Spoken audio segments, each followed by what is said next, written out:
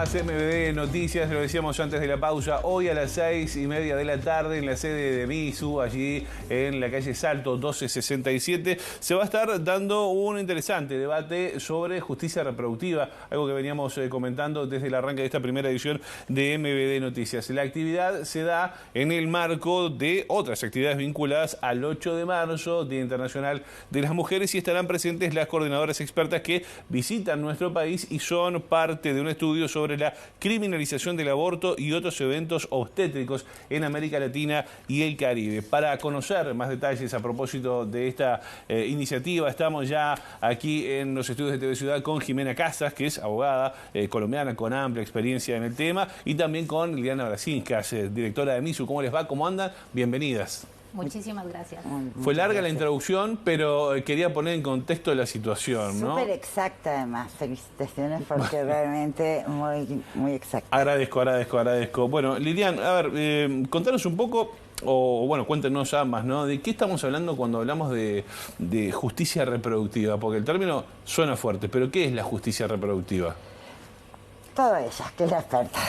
Bueno, la justicia reproductiva trata justamente de permitir que las personas puedan decidir sobre su cuerpo y en esa decisión puedan estar amparadas bajo la protección de diferentes derechos humanos.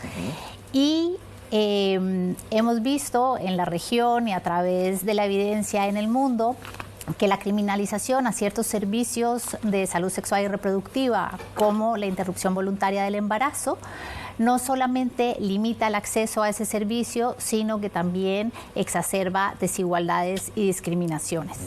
Y por tanto, debemos trabajar para eliminar esa criminalización y esa regularización del derecho penal a este servicio esencial para que realmente las personas puedan acceder sin barreras a este derecho fundamental. ¿Por qué hay limitaciones? ¿Es una cuestión de recursos humanos? Bueno, este es un campo valorativo, ¿no? O sea, cuando hablamos justicia reproductiva se enmarca en otra dimensión que son los derechos sexuales y derechos reproductivos en tanto derechos humanos, que es un campo en litigio permanente. Es un campo que está atravesado por preconceptos, mitos, marcos normativos restrictivos, ¿no? Justamente bajo una concepción donde la maternidad casi se vuelve obligatoria de acuerdo a mandato y donde cualquier digresión de ese mandato es condenada o a consecuencias de salud o, como lo que estamos viendo ahora, a criminalización de mujeres. Muchas veces, además, ni siquiera por haber tomado decisiones, sino porque están a base de cómo el Estado no le respondió, sufriendo emergencias obstétricas o situaciones graves en torno a embarazos no deseados o maternidades obligatorias que la llevan a en un momento tener que el dilema entre la salud o la cárcel, ¿no? Entre la muerte o la cárcel. Y justamente nosotros trabajamos mucho desde el cómo cambiar normas, ¿no? Sobre los poderes legislativos, en cómo cuando las leyes se aprueban se implementan bajo política pública, pero después nos encontramos con este campo de la justicia o la administración de la justicia, donde parece ser que lejos de proteger a las mujeres ante estas situaciones, las condena. ¿Esto pasa en Uruguay? ¿Está pasando hoy en Uruguay? Bueno, eso es lo interesante que tiene inscribir. Ya me voy a referir al estudio que se está realizando en la región, pero justamente vinculado a lo que vos decías. Bueno, en este país tenemos a una mujer condenada a 12 años de cárcel por parir un feto muerto.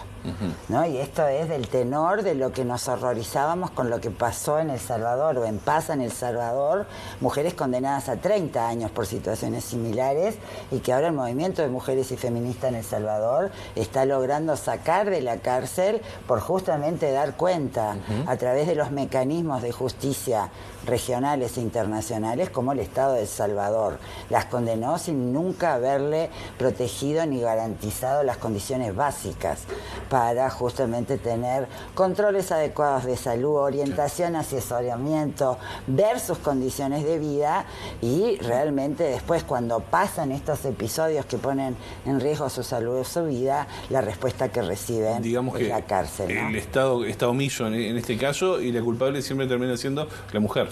cuando el problema, si estuviera omiso, es parte del problema. El problema es que muchas veces interviene con sesgo.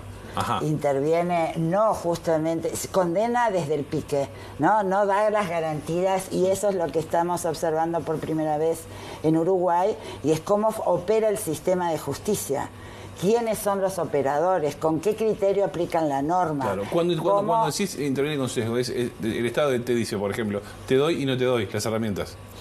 No, o te las doy muy restringidas. Nosotros sabemos que la ley de interrupción voluntaria del embarazo acá es el producto de una larga negociación, donde terminó imperando, por el famoso voto 50 que se requería, una concepción muy tutelante, una concepción donde en realidad no considera a las mujeres sujetos éticos capaces de tomar sus propias decisiones. Tienen que estar intervenidas por la garantía supuesta de un sistema de salud, ¿no? Y por eso la larga trayectoria, tener que confirmar, tener que obligatoriamente consultar con un equipo interdisciplinario que debe actuar conjuntamente, después tenés los 5 días de reflexión y después recién ahí te dan la medicación para abortar, y en la mayoría de los casos abortás en tu casa, y muchas veces al sistema no le preocupa mucho saber en qué condiciones lo haces. Es un proceso súper complejo. Y después de todo eso tenés plazos, ¿no? 12 semanas, 14 semanas por violación, o después en muy contadas excepciones. Y eso, si todos nos quedamos tranquilos pensando que porque ya está la ley, todo está resuelto, lamentamos mucho decir que cuando hay problemas, los problemas los siguen pagando las mujeres en situación de mayor vulnerabilidad, porque una de las cosas que estamos viendo con este estudio es cuál es el perfil de la criminalización. ¿Qué mujeres llegan y son condenadas?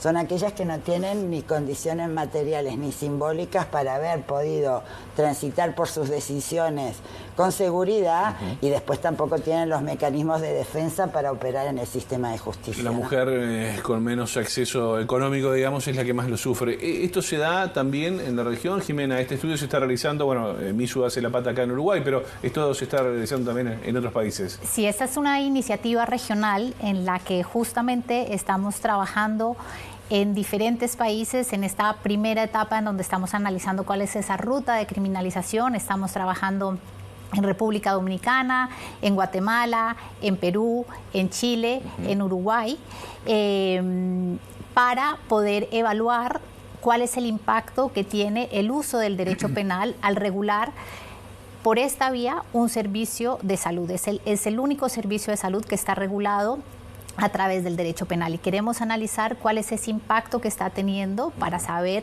si esa criminalización, que no solamente está limitando el acceso, pero que también está generando desigualdades y discriminación, cómo impacta y dónde hay unos patrones. Como bien decías, ¿por qué es justicia reproductiva? Y el acceso al aborto no es solamente una cuestión de derechos humanos y de salud pública, sino que también es un tema en donde vemos que se cruzan muchos derechos y que hay que analizar ampliamente. Y cuando tienes una criminalización, tienes una limitación a un acceso de justicia, un derecho básico en todos los países. Pero para poderlo analizar, necesitamos analizar diferentes variables y diferentes derechos que se interseccionan.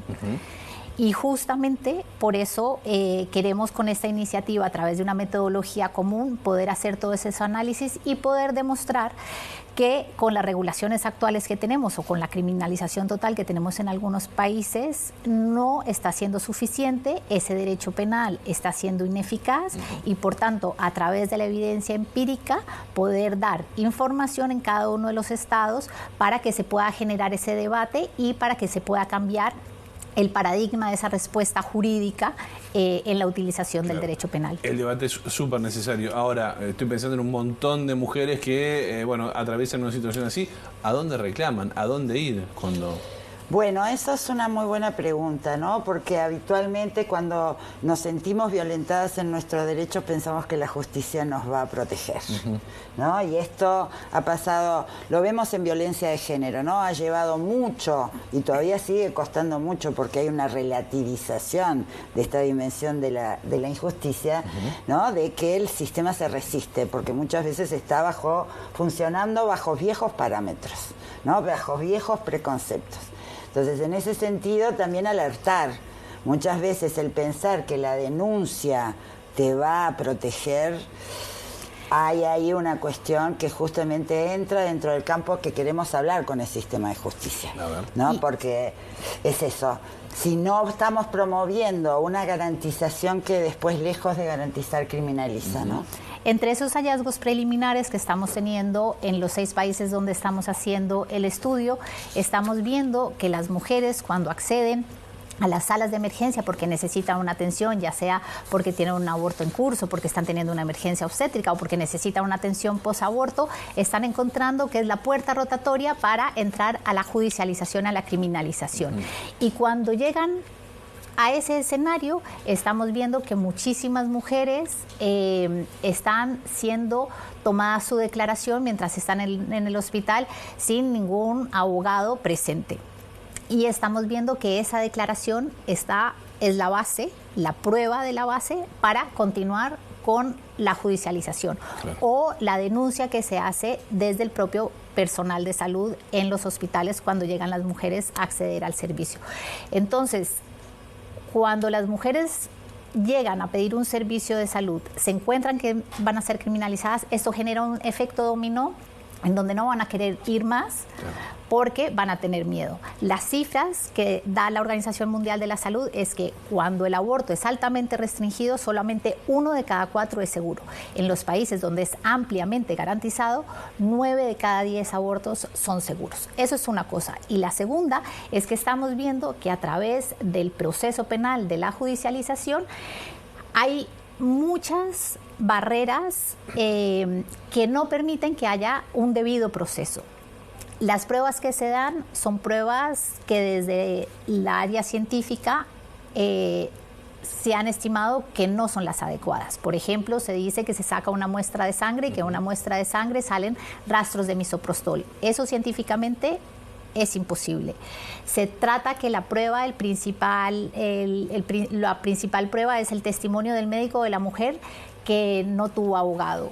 Los defensores públicos realmente no están capacitados para generar una defensa con una perspectiva de género.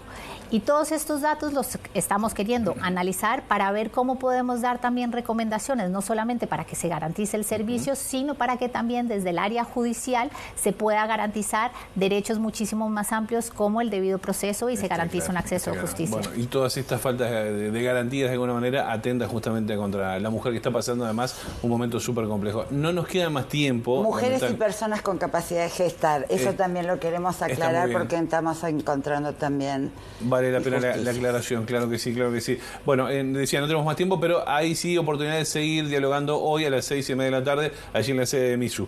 Invitación abierta, es el espacio abierto que tenemos. ¿Se puede ir directamente? ¿Hay que llamar o algo? No, vengan. Vengan Salto 1267. Sí, acá a la vuelta de la Facultad de Ciencias Sociales. Está muy bien. Bueno, Liliana Abraciscas, Jimena Casas, ambas muchas gracias por estar acá. Muchísimas gracias. Bueno, y buen 8 de marzo.